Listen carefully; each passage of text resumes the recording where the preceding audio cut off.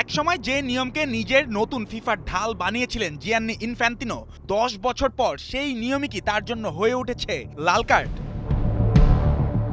2016 দুর্নীতির ঝড়ে সেপ ব্লাটারের দীর্ঘ শাসনের পতন, ভেঙে পড়া বিশ্বাস ফেরাতে ফিফার সংস্কারের বড় প্রতিশ্রুতি ছিল ক্ষমতার লাগাম টানতে মেয়াদ সীমা নির্ধারণ। একজন সভাপতির সর্বোচ্চ 3 মেয়াদ। 2021 সালে G20 দুর্নীতি বিরোধী ওয়ার্কিং গ্রুপে বক্তৃতা দিতে গিয়ে ইনফ্যান্তিনো নিজেই পোস্ট 2016 রিফর্মসের অর্জনের তালিকায় রেখেছিলেন টার্মস লিমিট এবং ইলেক্টেড অফিসিয়ালসের এলিজিবিলিটি চেকস। এখন প্রশ্নটা শুধু আইনের নয়, রাজনৈতিক স্মৃতিরও। ফেয়ার স্কয়ারের দাবি, যে নিয়মকে ইনফ্যান্তিনো একদিন সংস্কারের প্রমাণ হিসাবে দেখিয়েছিলেন, সেই নিয়ম মানলে 2027 সালে ব্যালটে তার নামই থাকার কথা নয়। বিশ্ব ফুটবলের সবচেয়ে ক্ষমতাধর চেয়ারটি তিনি প্রথম পান 2016 সালের 26 ফেব্রুয়ারি। ব্লাটারের অসমাপ্ত মেয়াদ শেষ করেন 2019 পর্যন্ত। এরপর 2019 সালে নির্বাচিত, 2023 সালে আবারও নির্বাচিত। সাধারণ হিসাব বলছে 2016 থেকে 2019, 2019 থেকে 2023, 2023 থেকে 2027, টোটাল 3 পর্ব। কিন্তু ফিফার হিসাবটা যে আলাদা। 2022 সালের 16 ডিসেম্বর দোহায় কাতার বিশ্বকাপ ফাইনালের মাত্র 2 দিন আগে ফিফা কাউন্সিল সর্বসম্মতভাবে সিদ্ধান্ত নেয় 2016 থেকে 2019 সময়কাল ইনফ্যান্তিনোর টার্মস অফ অফিস হিসাবে গণনা হবে না, কারণ সেটি ছিল ব্লাটারের অসমাপ্ত মেয়াদের বাকি অংশ।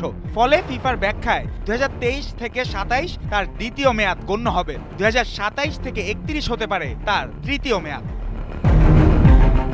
এই একটি ব্যাখ্যাই এখন বিশ্ব ফুটবলের ক্ষমতার যুদ্ধের কেন্দ্রবিন্দু। 13 আগস্ট ফিফার গভর্নেন্স, অডিট অ্যান্ড কম্পাইলেন্স কমিটিকে চিঠি দিয়ে ফেয়ার স্কয়ার বলেছে, এই সিদ্ধান্ত ফিফার বিধির লেটার অ্যান্ড পারপাস দুটোরই পরিপন্থী। আরও অস্বস্তিকর অভিযোগ, 2022 সালের ওই সিদ্ধান্তের পূর্ণ যুক্তি আজও প্রকাশ করেনি ফিফা। সংস্থাটির পরিচালক নিকোলাস মাকগিহানের প্রশ্নের সার কথা, ক্ষমতা নিয়ন্ত্রণের জন্য তৈরি নিয়মকে যদি ক্ষমতাসীন সভাপতির ক্ষেত্রেই নতুন ব্যাখ্যায় পাশ কাটানো যায়, তাহলে মেয়াদ সীমার অর্থ কোথায় থাকে?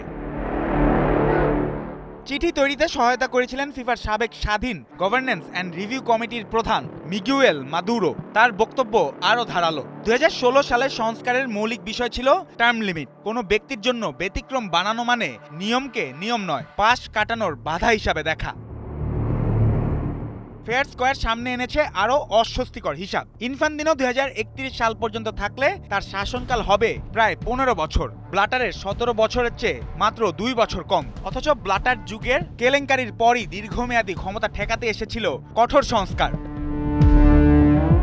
আর সময়টাও ইনফ্যান্তিনোর জন্য ভয়ঙ্কর প্রতিকূল। কয়েক সপ্তাহ আগে 2027 নির্বাচনে তিনি ছিলেন প্রায় অপ্রতিদ্বন্দ্বী, কিন্তু বিশ্বকাপের বাণিজ্যিক অধিকার ঘিরে $20 বিলিয়ন নতুন প্রতিষ্ঠানের বাইরে বিনিয়োগ আনার পরিকল্পনা তার বিরুদ্ধে বড় বিদ্রোহ তৈরি করেছে। পরিকল্পনায় 20% অংশীদারিত্ব বিক্রি করে প্রায় $4.2 বিলিয়ন তোলার কথা ছিল। প্রবল বিরোধিতায় সেটি বাতিল করতে হয়। এরপর ইউএফা, এএফসি এবং কনকাকাফ একসঙ্গে তার নেতৃত্বের স্বাধীন পর্যালোচনা দাবি করেছে। আরও গুরুত্বপূর্ণ বিষয়, এই 3 কনফেডারেশনের অধীনে ফিফার 221 সদস্যের 136টি নিউজিল্যান্ড সমর্থন প্রত্যাহার করেছে। স্কটিশ এফএও জানিয়েছে ইনফ্যান্তিনোকে সমর্থন করবে না। তবে এটিকে ইনফ্যান্তিনোর পতন ঘোষণা ভাবলেও ভুল হবে। সিএএফ তার পাশে, দক্ষিণ আমেরিকাতেও আছে শক্ত সমর্থন। প্রায় 70 সদস্য সংস্থা প্রকাশ্যে তাকে ভোট দেওয়ার কথা জানিয়েছে। প্রথম রাউন্ডে প্রয়োজন 2/3, পরের রাউন্ডে সাধারণ সংখ্যাগরিষ্ঠতা। আর প্রতিদ্বন্দ্বীদের প্রার্থিতা জানানোর সময় আছে 18 নভেম্বর পর্যন্ত। তাই এবার ইনফ্যান্তিনোর সবচেয়ে বড় ম্যাচটা হয়তো ব্যালট বাক্সে নয়, ব্যালটে ওঠার আগেই।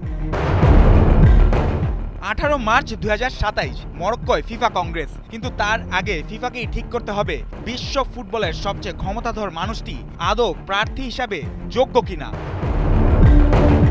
ফুটবলে কখনো কখনো পুরনো ফাউল দেখাতে ভিএআরে ফেরেন রেফারি। ফিফার বারও যেন এখন ফিরে যাচ্ছে 2016, 2019 আর 2022-এ। আর স্ক্রিনের সামনে একটি প্রশ্ন, নতুন ফিফার যে নিয়ম ক্ষমতার সীমা টানতে তৈরি করা হয়েছিল, সেই নিয়মেই কি শেষ পর্যন্ত লাল কার্ড দেখবেন জিয়ান্নি ইনফ্যান্তিনো? জুবায়ের নূর, 71।